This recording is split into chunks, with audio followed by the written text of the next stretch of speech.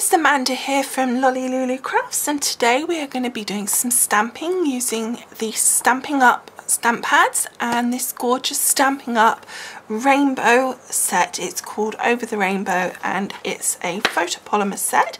As you can see, I've already used it. I had a little play and I really liked it, and I thought I would like to share it with you as a video.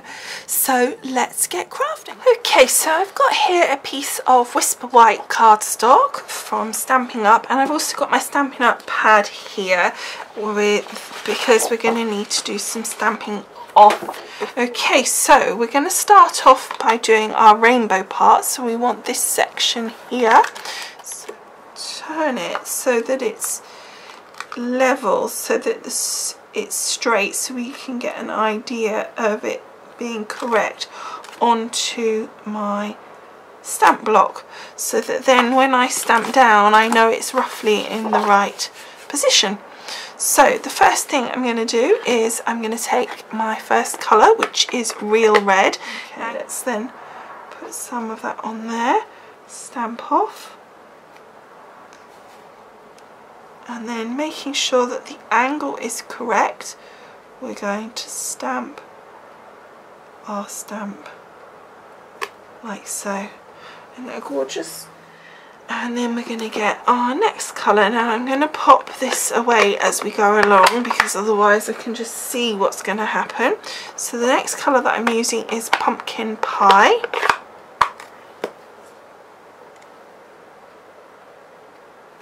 And again, just stamp off and then overlapping the stamp that's already there.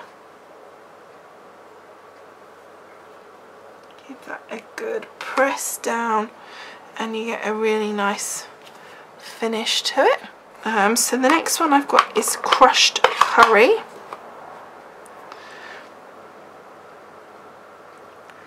Make sure that we've got the ink on there, stamp off, and then just again overlapping our orange, give that a good press. Isn't that look pretty? You can see it coming already, can't you? It's really amazing, and I like the way when you overlap it, the colours blend through together. It gives a really nice effect. Okay, this one is Wild Wasabi. And just ink that up. And then again stamping off. And then overlapping our yellow.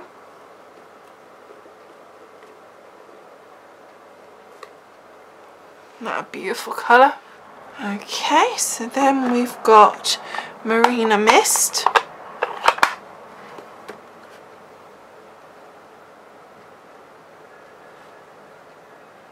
Stamping off. And I don't want that on there. And then just stamping down. Okay, so this one is, I think this will be Pacific Point. Trying to read it because it was in foreign underneath. I hadn't done it before I'd opened it.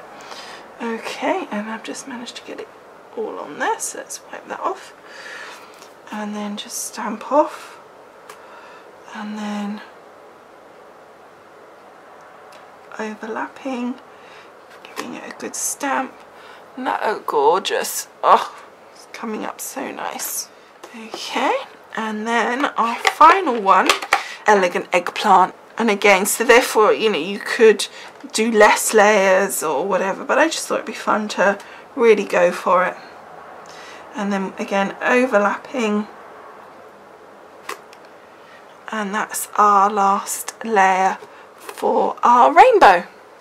Okay, so that is our rainbow part done. So the next thing I want to stamp is my sun. So we've got the sun stamp here. Now I'm actually using a different yellow for my sun. Let's just pop this on here first.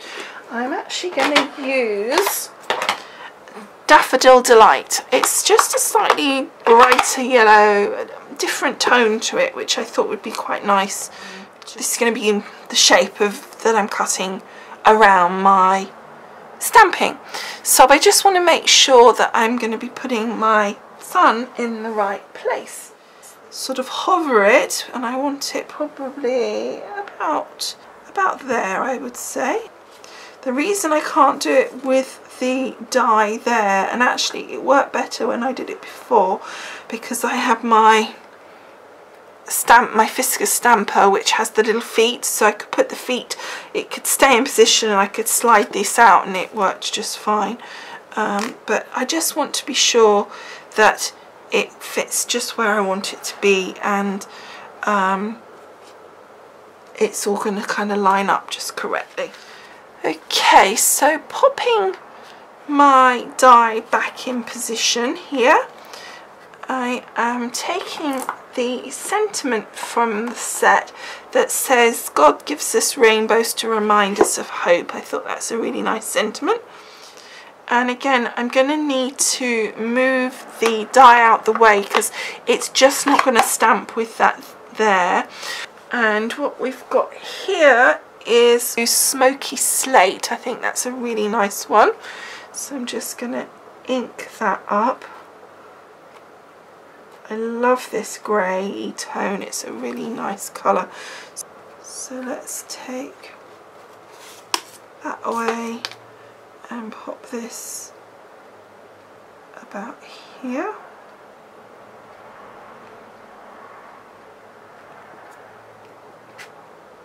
And just hope I put it down straight. Yay! So that's that bit done. That looked nice.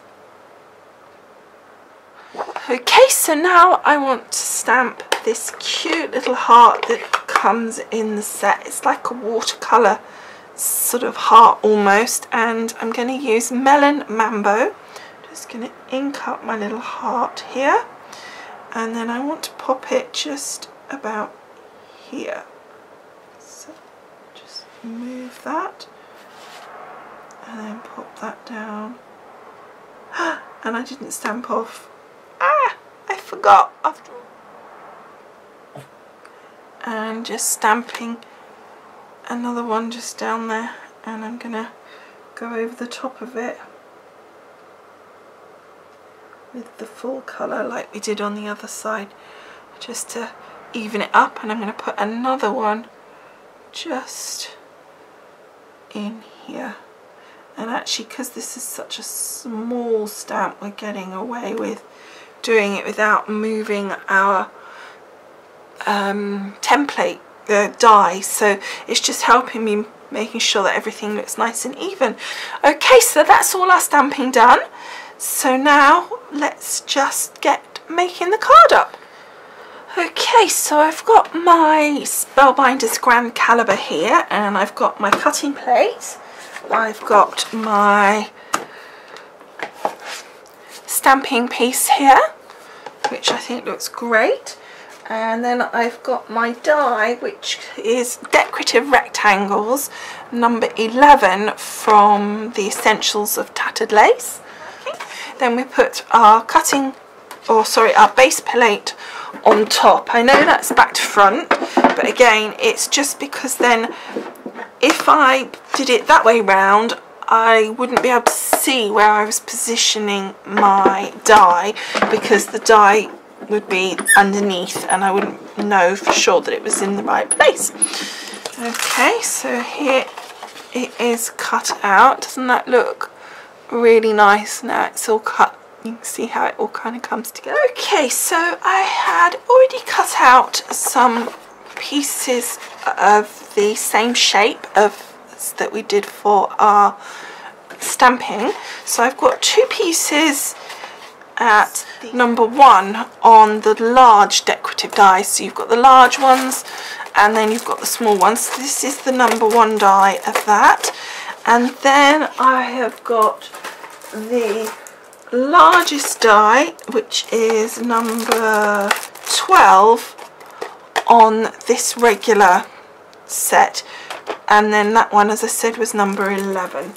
Okay, but I'll put all those details down on the corresponding blog post, and if you click on the link just below this video, it will take you to the blog post that goes with this video. It will have all that kind of information there for you, have all the colours that I've used for the inking, etc, etc, plus it will have a zillion more photos than I will have at the end of this. I usually put 1 or 2 photos at the end of my videos, whereas on the post you might have 10 to 12 photos. Not always, but sometimes.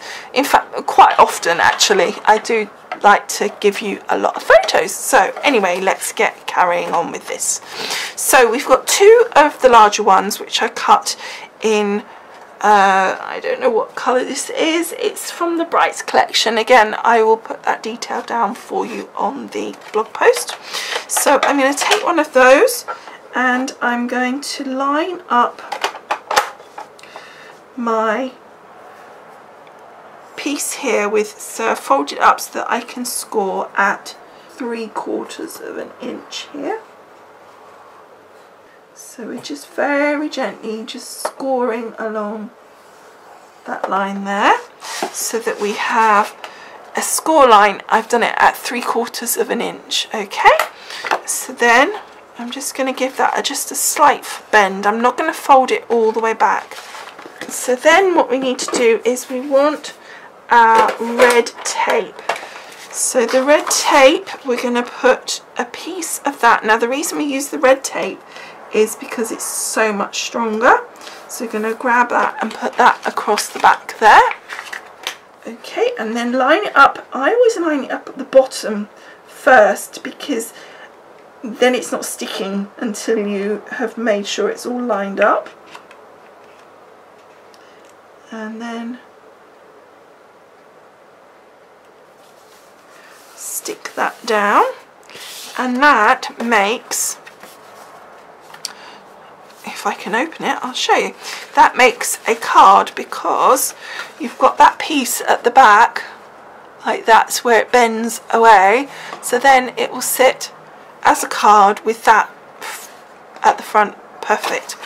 Okay, now what I did the first time, and because I did another card and I was just going to do it as a photo card, is I actually did some layers to go on the inside and I stuck them on, and then I went to put this piece on and I realised that it wasn't going to work because you couldn't fold it when you had lots of layers on the inside here. It just didn't work. So I then put these layers onto a square card. So again, I'll put those photos of that card and everything on the blog post with this, that goes with this video.